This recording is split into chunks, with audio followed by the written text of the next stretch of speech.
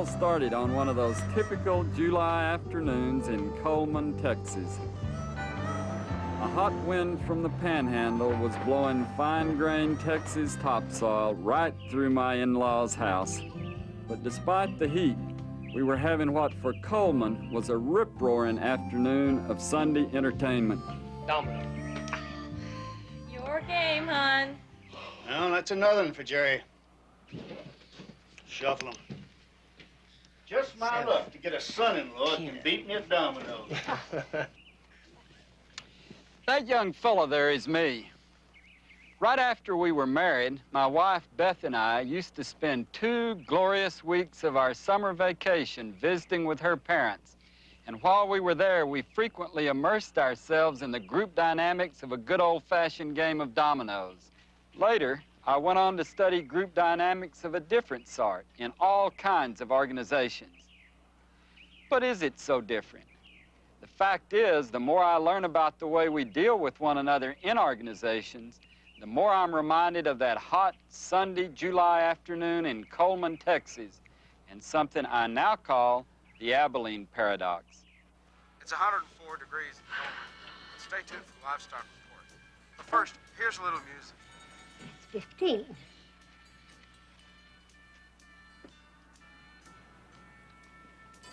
Five. Hey, what do you all say we get in the car and go to Abilene, have supper at the cafeteria? How far away is Abilene? 53 miles. You got the air conditioning in that Buick fixed yet? Nope. Well, sounds like a good idea to me. I'd like to go. How about you, Jerry? Yeah, it sounds like a good idea to me. But I don't want to go unless your mama wants to go. Oh, well, of course I want to go. Oh, well, y'all don't think I want to eat leftovers out of the icebox, do you? So, we all piled into the furnace and headed off for Abilene.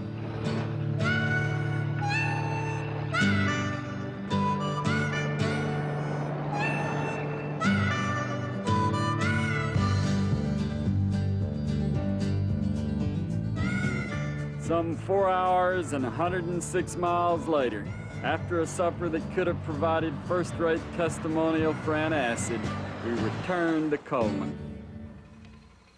For a long while, there was absolute, teetotal silence. It's a great trip, wasn't it? Well, to tell the truth, I'd rather have stayed right here. Only y'all hadn't pressured me to go along. What do you mean, y'all? I didn't want to go. I only went along to satisfy the rest of you. You're the culprits. Don't call me a culprit. You and Daddy and Mama are the ones that wanted to go. I just went along to be sociable. Hey, I never wanted to go to Abilene to begin with. I was just making conversation. How'd I know y'all was going to take me up on it and ruin my whole day?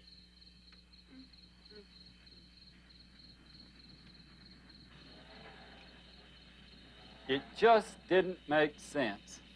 Here we were, 4 reasonably normal people who took a trip to Abilene we really didn't want to take. You know, though, a lot of other organizations take similar trips. I later came to call it the Abilene Paradox, which is as follows. Organizations frequently take actions contrary to the desires of any of their members and defeat the very purposes they set out to achieve. The road to Abilene usually begins like this. Everybody agrees about the basic nature of the situation and what they want to do. I can't believe we went to Abilene when nobody wanted to go. Me neither. Why, I'd have been just as But happy with leftover somehow chicken they out of the failed to icebox. communicate their agreement. Me too. And based upon such had a faulty chance to get me and information, Jerry at they do dominoes. just the opposite.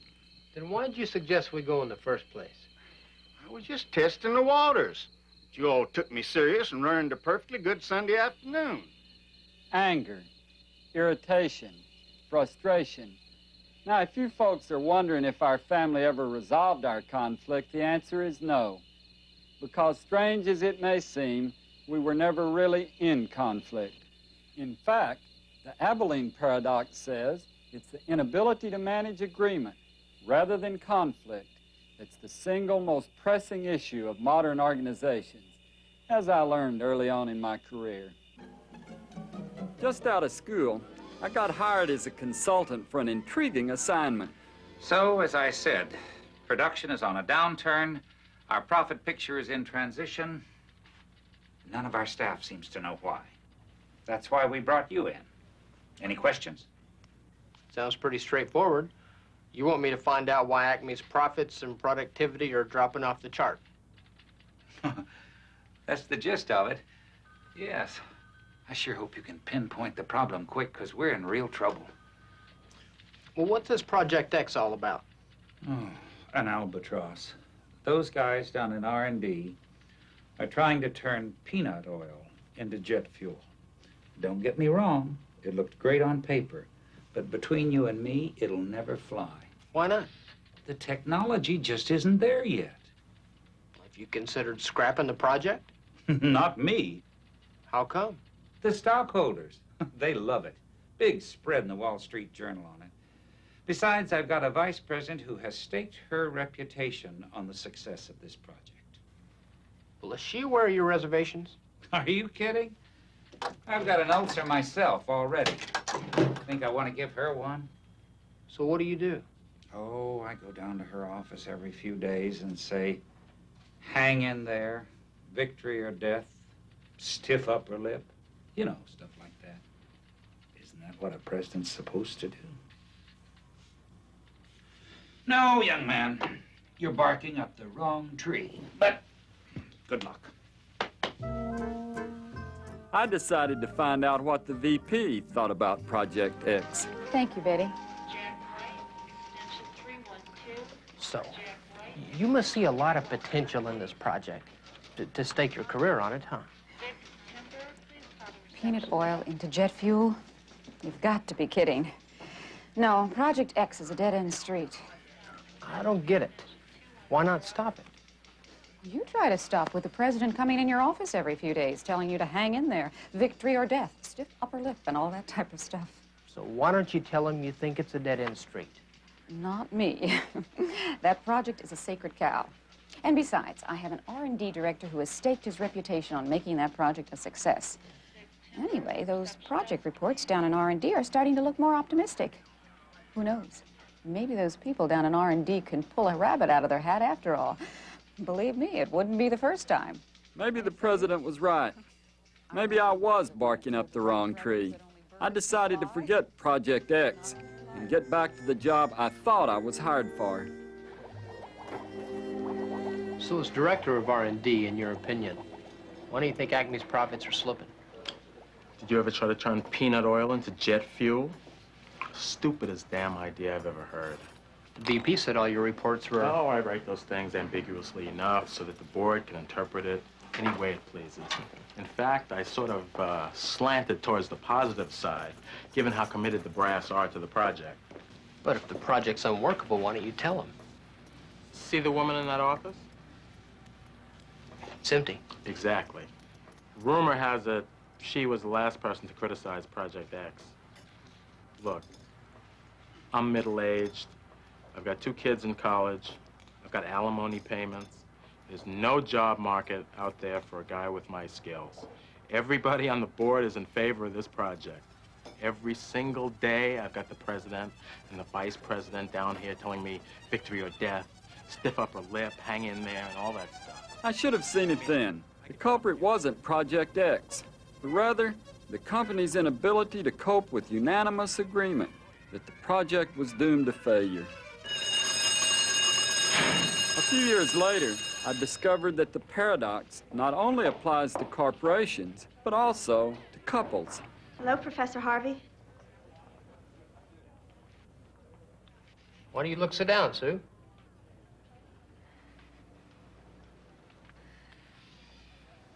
You'd be down, too, if you had to get married Saturday. But George is a great boy.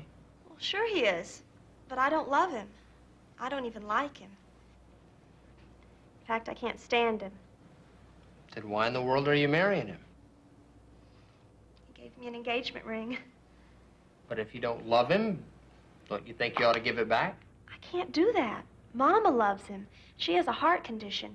If I backed out now, she'd have a heart attack. Besides, there's a room full of presents, and all my bridesmaids have their dresses. I have relatives driving in from Mississippi. The announcements have already gone out to the newspapers. This is a small town. I'd be the laughingstock. I'm not that pretty. I'd never get married. How'd all this happen? Oh, you got me. I gave her a ring, and now I'm marrying a girl I don't even love. About 2 hours later, it was George's turn. If you don't love her, why don't you ask her for it back? No, I can't do that. Oh, if I jilted Sue, it'd kill her. Besides, her mama thinks the world of me, and then there's all these presents. The crazy thing was, Sue and George were in total agreement, but they still seemed determined to spend a lifetime together on the road to Abilene. Anyway, I'm not all that good looking. I may not get another chance if I don't marry Sue. After all, who wants to marry a guy whose fiancée attempted suicide? Now let's go on to item 5 on the agenda of this meeting on faculty collaboration. I was beginning to realize that nobody's immune to the paradox, and that includes yours truly. A fact that hit home one day while I was in one of those faculty meetings, the kind where nobody really wants to be there. Now, who's going to kick this one off? You, Professor? I don't know. What about team teaching? All right. What do you all say about team teaching? Mrs. Goldbat would never be able to get it in the fall calendar. Yeah, we tried it at my last school. Teachers would be cutting each other's throats. It would be total confusion to the students. I think the whole idea would be a waste of time. Talk about a waste of time. What was that, Professor Harvey? Oh, I said it'd be a waste of time. Team teaching, that is. Well, then I'll entertain a motion to table the team teaching issue until after the afternoon break. I so move. Motion is carried. Now let's move on without further delay to item 6 on the agenda, policing the faculty lounge. Now, some of the younger faculty members haven't been signing off for their coffee and supplies. As you are well aware, our budget is very thin at this point. Pretty absurd, isn't it? People taking actions in contradictions to what they really want, and as a result, compounding their problems rather than solving them. Of course, absurdity is an essential element of the Abilene Paradox, whether it's couples, corporations, professors, or even nations. But the big question is why? Now, I've seen a fair number of trips to Abilene and points west, and I've reached this conclusion. To understand the paradox, we have to come to grips with the psychological principles from which it draws its enormous power. To be or not to be, that is the question. First of all, there's action anxiety, which has been with us since ancient times. It's epitomized by perhaps the most famous dramatic character of all times, Shakespeare's Hamlet. To sleep, perchance to dream. Aye, there's the rub. For in that sleep of death, what dream... If folks are anxious about which action they wish to take, even though, unlike Hamlet, they may have a perfectly sensible one in mind, they may simply refuse to act at all. Thus, conscience doth make cowards of us all.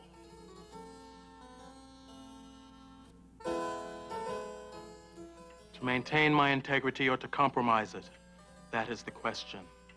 Whether 'tis nobler in the mind to risk managing a doomed research project. The R&D director's dilemma is not so far removed from that of Hamlet. Both men know exactly what they want to do, but simply can't get cracking. Which makes us bear those jobs we have rather than fly to others we know not of. Thus, unemployment doth make cowards of us all.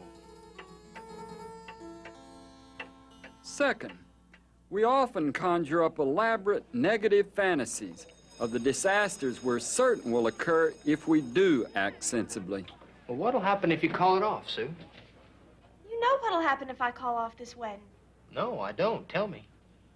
Well, her mama will keel over, and it'll all be my fault. Such dire predictions give us an ironclad excuse for inaction, when what is really called for is action. Negative fantasy, then, provides a bizarre justification for not taking a risk. How could I face myself in the mirror? Me, a murderer. And I'm only a sophomore. But can we ever really play it safe? So while I agree that we've had some minor... The answer is no. Real risk is a condition of human existence.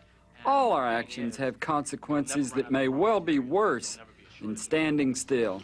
As to the matter of the budget for Project X, I feel that we should maintain our current level of financial support. Then you agree that we should continue to fund the project for another year? Absolutely. So do I. I think we may have a real winner. All in favor? But if we're afraid to accept real risk as one of life's givens, we may choose a trip to Abilene instead, a choice that often has far greater risk. So what do we fear? The unknown? Perfect day for golf. Or tennis. You could tell the chairman we need a fourth. I like my job. You tell him. More likely it's something we know rather well. We fear being ostracized. We fear being branded a non-team player. In short, we fear separation. Why don't you move to adjourn? What's the problem, Harvey? No guts? No tenure. But therein lies a paradox within a paradox. Because the more unwilling we are to risk separation, the more likely we are to experience the separation we so fear. Our negative fantasies actually become more real to us than the certain disaster of pursuing what we know is a hopeless course of action. Please be seated. We have gathered here today to join this man and this woman in the immutable bonds of holy matrimony. Formula 6. 4 seconds. I don't know what we're gonna do. The R&D director refused to risk losing his job by criticizing Project X. Well, can you believe it? We're in the Wall Street Journal again. Great. They spell our names right this time. Yes, unfortunately.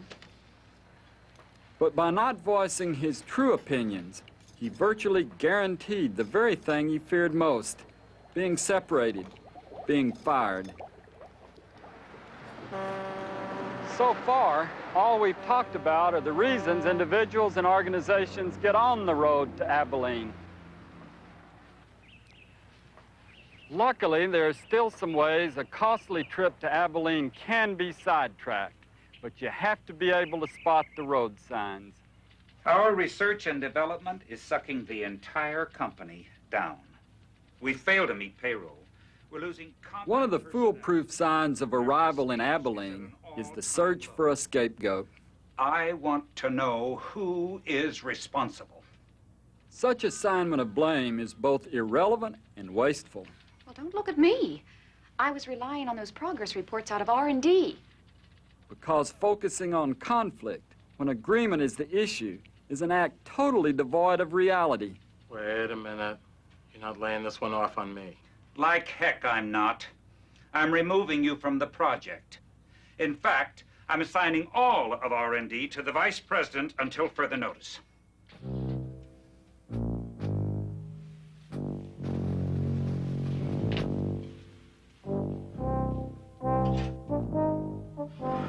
More important, by the time an organization reaches this point, all its members are victims.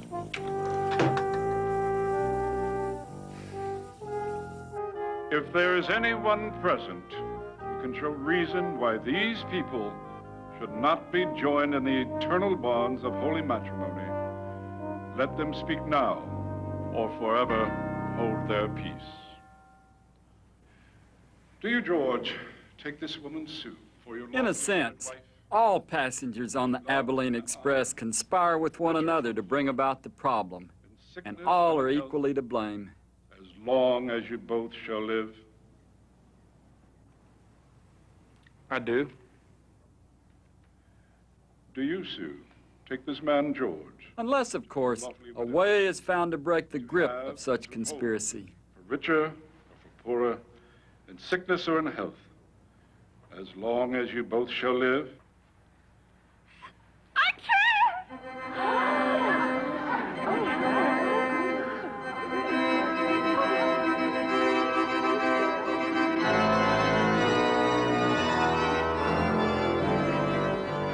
Why doesn't somebody move to adjourn? You're the vice chair. You do it. If the chairman called this turkey in the first place, he should stop it. Placing responsibility on the boss is just another form of collusion. In fact, all members are equally responsible. All right, people, let's get started. We table the team. Each of us has a choice. We can remain silent. So now, has anyone any new thoughts on how to collaborate better in the Or we can confront the organization, not with new information, but with what the group already agrees upon. Yes, Professor Harvey. Mr. Chairman, I don't really want to collaborate with anybody. As a matter of fact, I really don't even want to be at this meeting, but I'll stay if that's what the rest of y'all want to do. I'd really be interested in hearing your preferences. Damn, you too. Let's get out of here. Amen. I'll go for that. Thank you.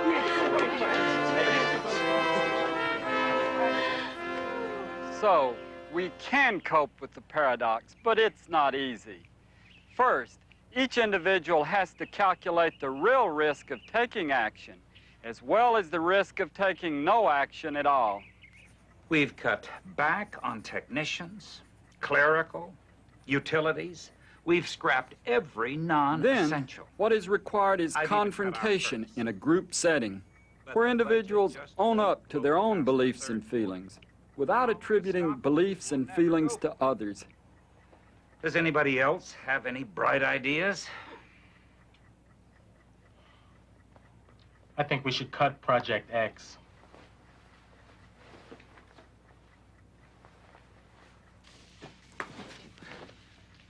Hear me out. I know I've sung its praises as much as anybody, but I honestly don't believe that Project X is going to work. I think it's a black hole, and nothing is going to come out of it.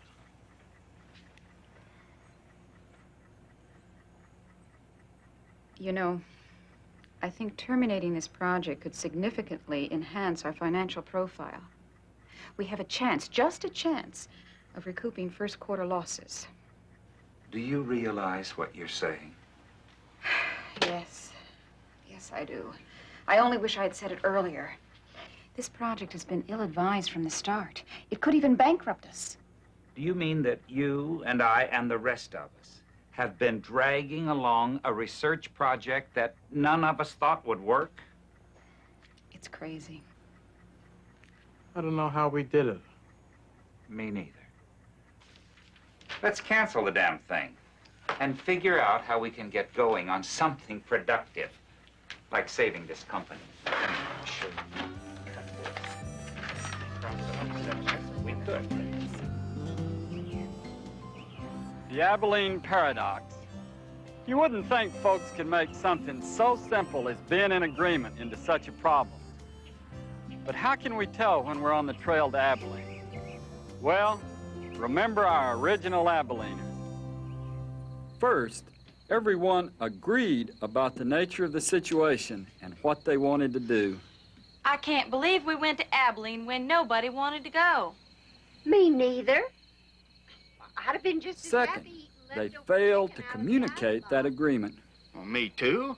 Third, they took actions contrary to what they really wanted to do. Then why did you suggest we go in the first place? I was just testing the waters. You all took me serious and ruined a perfectly good Sunday afternoon. As a result, everyone experienced anger, frustration, and heck, I think this is where we came in. Well, do you think I wanted to go? I just went because I thought y'all was getting bored. Bored? Better than getting cooked alive. It's a paradox, all right.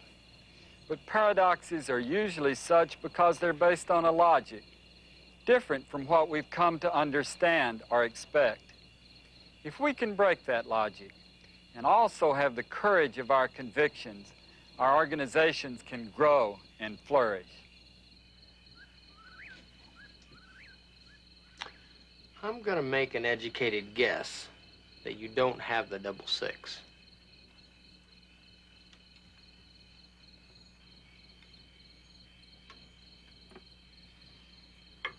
Domino. I guess I need a mite more education.